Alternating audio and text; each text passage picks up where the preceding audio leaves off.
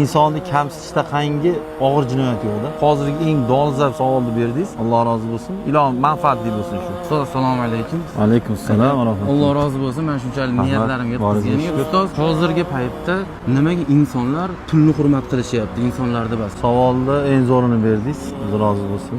Hozirgina suhbatimizdagi eshitgan bo'lsangiz, inson qadri haqida gapirdik. Endi bu kamoli tushunmovchilikdan, ya'ni Xudoni tanimaslikdan, Xudoni tanimagan inson Xudo ulug'laganni ham tanimaydi.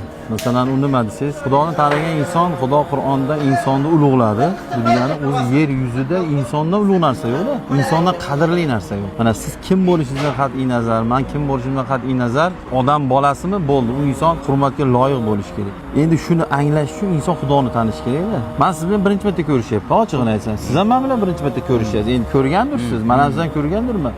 Lekin mana hozir ko'rishyapmiz, azaldan qadrdonlik muomala qilyapmiz. Nimaga? O'sha inson bolasini Xudo qadrladim degan narsani biz anglaymiz. Buni tushunamizda.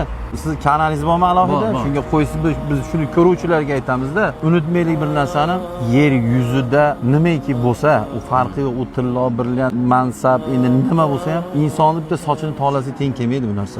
Alloh taolo insonni qadrlagandek boshqa narsani qadrlamagan. Nimaga? Bitta javob bo'ladi shunga. Butun dunyo va undagi narsa inson uchun yaratilgan. Xudo Qur'onda xalaqal lakum degan, butun borliqni sizlar uchun yaratganman deydi. Endi o'ylang, biz uchun yaratilgan narsalarni deb insonni kamsitishda qangi og'ir jinoyat yo'qda. Yomon narsa. O'zi bu savolingizga javob kamida 1,5 soat bo'lishi kerak.